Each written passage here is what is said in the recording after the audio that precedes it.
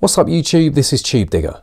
In this video I'm going to demonstrate my current workflow when using clip programs in the Akai Mpcx, and this also applies of course to the MPC Live. Now it's a well-known fact that clips, however great they intend to be, they are kind of clunky when it comes to live use, because if we launch them and then switch tracks they will cut off. So I'll just demonstrate that. I'll launch my first pad or my first clip in this clip program, and then I'll switch tracks halfway through.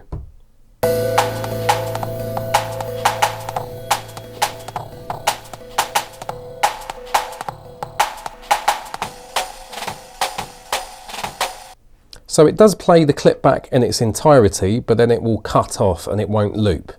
Let's go to the actual clip program itself, and we can see that that pad A01 is set to toggle, so it should loop in toggle mode. If it was set to one-shot mode, it would stop in the way that it just did, but it shouldn't really stop when you switch tracks. So that is something that Akai are definitely looking at the moment and trying to address, but currently it doesn't behave in the way that most of us want it to, because obviously we'd like to switch tracks, jam over our drum program sounds or a key group sound, and that way it would really be a truly live experience.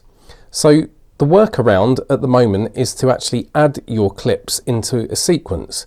Once again, I do understand people's gripes with this because it still kind of defeats the object of it being live, and you don't really want to have to sequence. You just want to jam your pads back, switch tracks, jam other programs and other pads back over the clips, and so on and so forth. But just in experimenting with how the sequencer works here, it actually is pretty decent for resampling or bouncing out your clips as other clips. So that's what my workflow is at the moment. So I'll explain a bit more about that now. So what I've been doing is using drum programs, adding my samples to my pads, constructing a breakbeat, for example, at my current tempo, which is 176. Then I've either been bouncing out the sequence to a sample from here, or bouncing out this track to a sample from here. And then I know that I've got, for example, 4 bars of a breakbeat that is perfectly in sync with 176, and then that way, when I add those breakbeats to the clip program, I don't have to use warping. Again, as we all know, the warping algorithm isn't that great. I personally am not a big fan of it at all, and I never use it because it makes things sound very artificial and a bit glitchy. So this way, we get perfectly synced 4 bar or 2 bar or however many bar loops by programming them first. So you do have to do an amount of pre-preparation, and I have mentioned this in my beginner's guide to clip programs video if you want to go and check that out. So this is kind of an extension to that, and this is to show you my workflow in how you can actually build up sequences within your clip programs. So I'll go back to my first clip program and let's take a look at the actual program itself.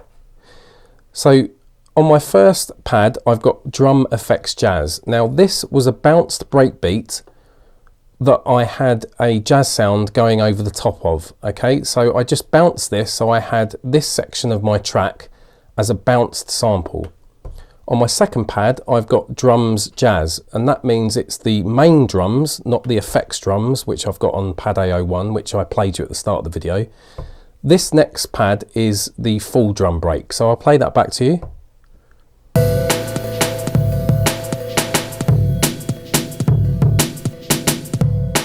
So that's a lot more full.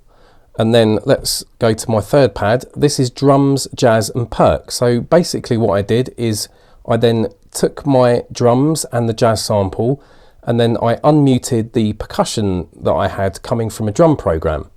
And then I bounced that out as a sample in itself. So let's just play that back.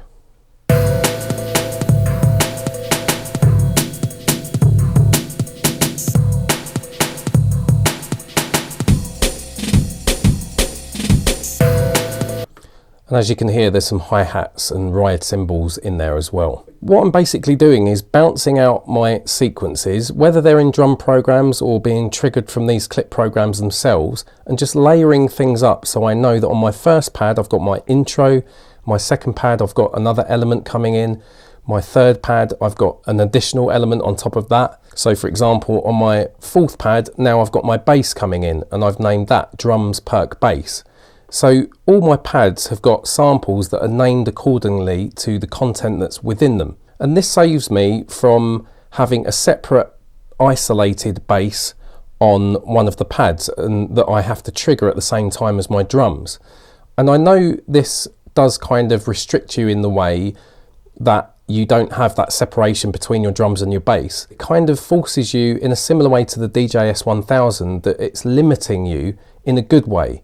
And I hope that makes sense to you guys, because I've now pre-mixed this breakbeat with a bass sound that I had coming from a key group program, and of course the percussion that I had from a drum program, and I mixed those all in the MPCX. And both the MPCX and MPC Live, as we know, have got very, very detailed mixing options. You've got pad mixing, you've got all your individual sample layer mixing options, you've got all the track mixers, and once you've mixed your sounds, you just bounce them out, which I've done here.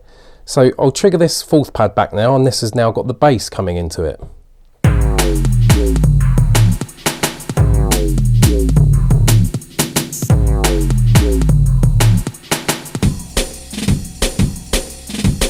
So as you can start to see now that my first, second, third and fourth pad, everything is getting more elaborate as we go along. You can just even see it in the waveform, the way that it's building up. And then on my fifth pad, I've got now 4 elements. Also keep an eye on the name. So we've got drums FX jazz, drums jazz, drums jazz perk, drums perk bass, drums perk bass jazz. So that's all the elements in my track now. So I'll play back the fifth pad.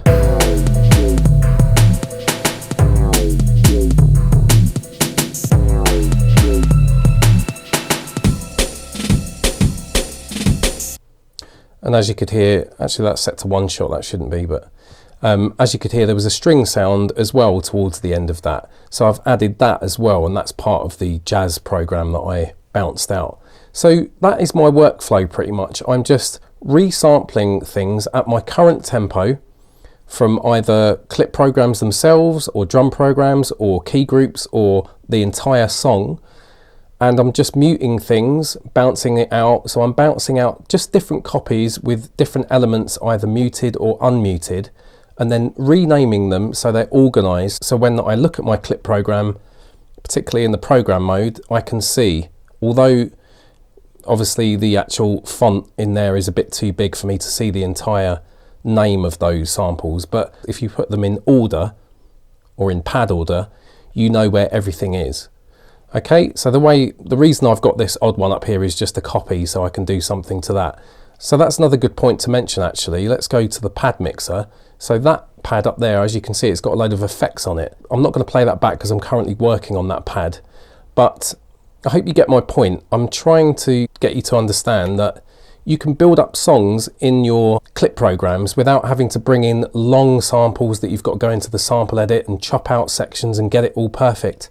This way you're actually composing as you would using drum programs, but you're actually composing using clip programs and drum programs and key group programs, but everything is getting bounced down and then organized in the clip program. So I'm just going to play back all these clips now so you can hear them in context, and eventually I hope to end up with 16 8-bar loops that fill up my first pad bank in this clip program, and then obviously I can just switch over to pad bank B and start building up either more elements for this track or a completely different track. So I'm going to play this back before we end the video just so you can hear all these in context.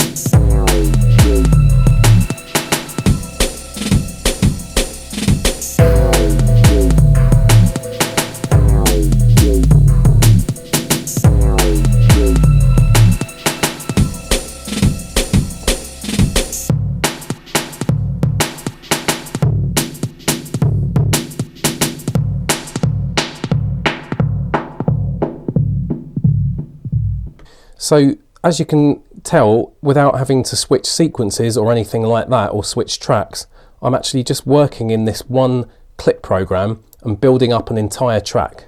But as I mentioned at the start of the video, it does force you to make certain decisions because of the restrictions when you haven't got that separation. So I've not got a clean bass sound. It's actually baked into one of these clips, 3 and 4 and 5, I think. Of course, you don't have to delete your original sequences that you've made with your drum programs that you've turned into bounce samples to use as clips. You can keep those, you can mute those tracks or whatever, and you might have not purged the samples. But for me, I like to work very cleanly and efficiently, so I've actually deleted everything that I've used to construct these clips. So the original samples still reside in my project data folder within the MPCX on my SD card. So if I did want to bring anything back, I could actually bring that back. But I'm trying to avoid doing that. What I'm trying to force myself to do is make very definitive decisions about what I want in this track, and then I can just bin off anything that I don't need, keep a nice clean slate and have all these clips just as the elements that I'm using, and then layer other stuff up on top of them as I go along. And it does really help you to speed up your workflow and get things nice and efficient. I hope that this has been of use to you and you can implement this yourself, because it is a really decent workflow. And I know workflow is obviously a very personal, individual thing, but hopefully you'll take something from this video and be able to apply it to your own productions. If you do have any queries about this, please put them down below or PM me on YouTube. Be happy to answer any questions. Again, I've got a Facebook page where you can hit me up for Skype lessons, and I can take you through this one-to-one so you can implement this yourself. Please like, share and subscribe. This is Tubedigga. I'll see you on the next one, and I'm out.